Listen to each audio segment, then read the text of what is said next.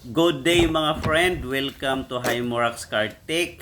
Pasok tayo sa sasakyan Toyota Hilux 2015 model. Tingnan natin kung ano ang problema nito. Ngayon ay start muna natin ang kanyang engine. Switch on, start ang engine.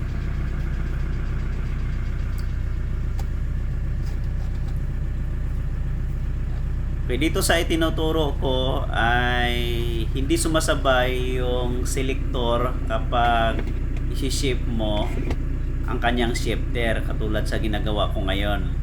Kung sisilipin natin ay naka-park pa rin siya.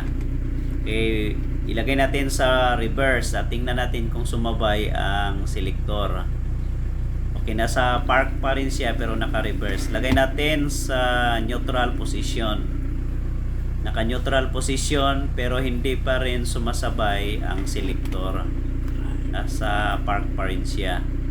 Sa kanyang third gear, sa drive. Okay, naka-drive siya. Pero naka-park pa rin doon sa ang kanyang indicator light. Okay. Balik natin sa reverse pero naka-park pa rin siya at balik natin sa park. Okay, kaya ang problema sa sasakyan na ito ay kapag naka-shift ang kanyang shifter ay hindi siya sumasabay. Turn off natin ang engine. Silipin muna natin ang ilalim ng sasakyan. Ito yung kanyang cable na galing doon sa shifter, papunta naman siya doon sa kanyang selector sa automatic transmission. Kaya mamaya tatanggalin natin ito at para makita natin kung anong kanyang problema. Meron siyang 12 mm na nut at meron din siyang mga metal na clip. Okay, mamaya ay atin itong tatanggalin. Ngayon kung wala tayong makuha na parts pero okay pa naman ang cable, baka bushing lang ang problema, may mabibili naman na bushing lang nito kasi ang assembly ng selector cable ay mahal. Ngayon, itry muna natin kung walang problema ang selector ng automatic transmission. I-shift natin, ilagay natin sa reverse, neutral. Ngayon naka-neutral, balik tayo sa park. At walang problema ang kanyang mechanism sa automatic transmission. Balik tayo sa loob ng sasakyan. Gagawin natin ngayon ay tanggalin natin ang cover nitong shifter lever niya. At para makita natin ang shifter mechanism sa ilalim at kung ano ang problema, bakit hindi siya sumasabay doon sa shifter. At wala namang problema ang mechanism ng selector sa automatic transmission. Okay, yung cover nito ay mayroong 10 mm. Gagamit ako ng long extension ng 10 mm na ratchet. Okay, mayroon tayong maliit na ratchet. Tatanggalin natin ito.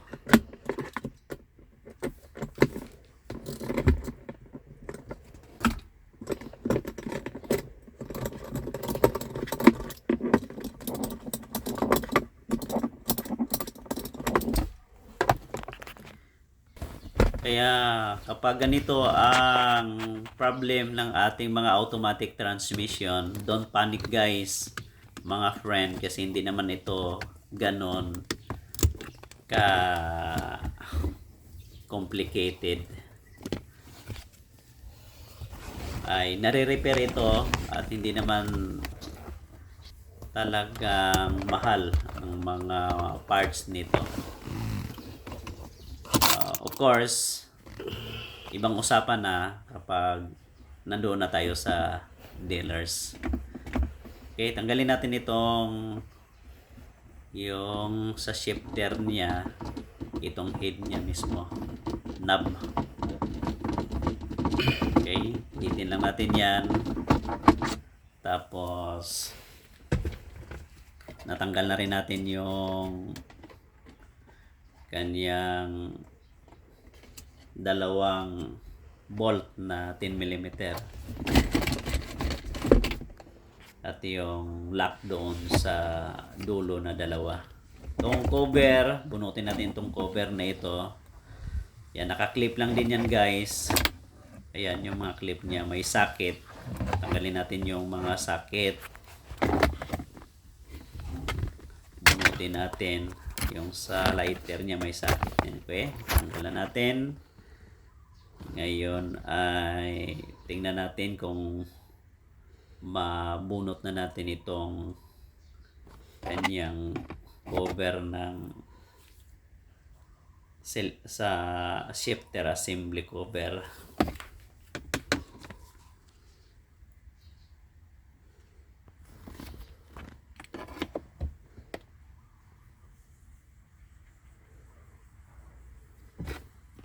Try natin na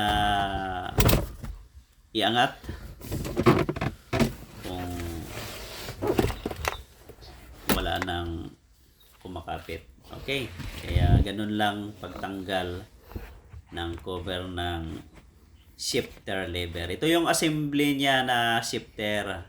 Yan, kaya kung nakita ninyo na disconnect na siya yung cable niya doon sa shifter. Kaya tanggalin muna natin ang 12mm na bolt. 4 na bolt yan guys. At 12mm. Tatanggalin muna natin ito para makita natin ang husto kung ano ang problema. Bakit naka-disconnect na siya doon sa shifter linkage niya.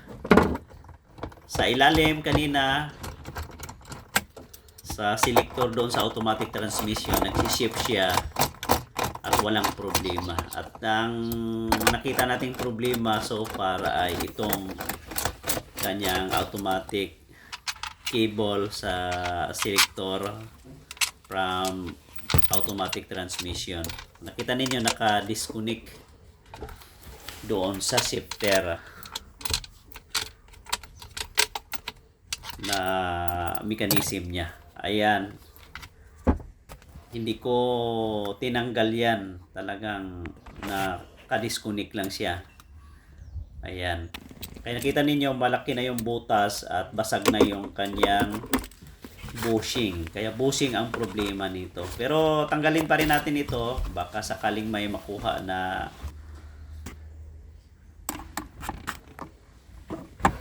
brand new. Pero ang price nito na sinabi ng may-ari nang siya ay nagtanong ay around 4,000 kung nasa online, pero 5,000 to 6,000 pagka nasa auto supply, at orderin pa ito. Kaya ang gagawin natin nito guys ay ilubricate na lang natin ito at papalitan natin ang bushing. Ito na ngayon, napalitan na natin ang bushing yan. Ngayon, i-install na natin ulit. Okay, pasensya na, mabilis yung video natin.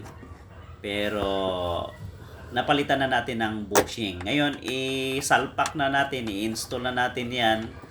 Unahin natin yung ilalim sa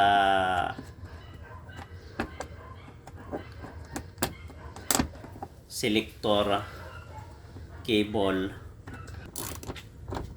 na naka-attach doon sa selector mechanism sa automatic transmission. Okay, mga bracket lang ito guys ng cable ang hinihigpitan ko. Ngayon, kabitan natin itong sa linkage niya dito sa selector ng automatic transmission, no? 12 mm, tapos mayroon din siyang mga metal clip dalawa. Okay, ngayon pupunta tayo sa taas, balik tayo sa sasakyan. Ito 'yon. Nakabit na natin, napalitan na natin ng new bushing, yung cable niya, naka-attach na rin siya doon sa kanyang shifter mechanism. Balik na natin ang kanyang cover sa itaas. At make sure lang guys na hindi natin mabali yung mga component parts sa ilalim. Start natin ang engine at ngayon ay ating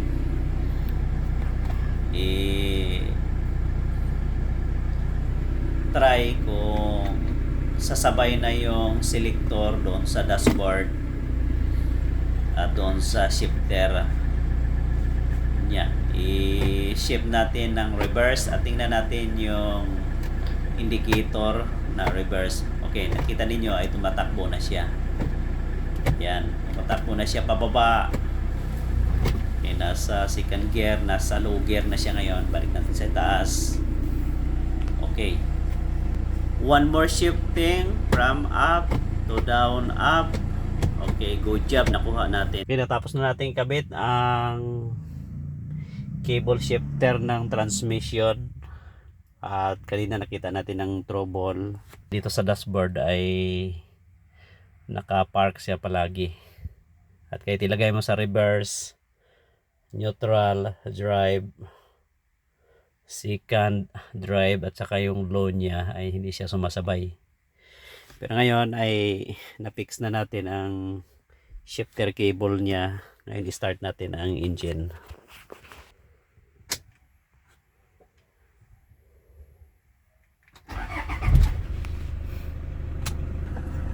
Tignan natin kung sa reverse ay nagpa-function siya. Okay, nagmo-move siya. Neutral, drive. Ayan, tumatakbo siya.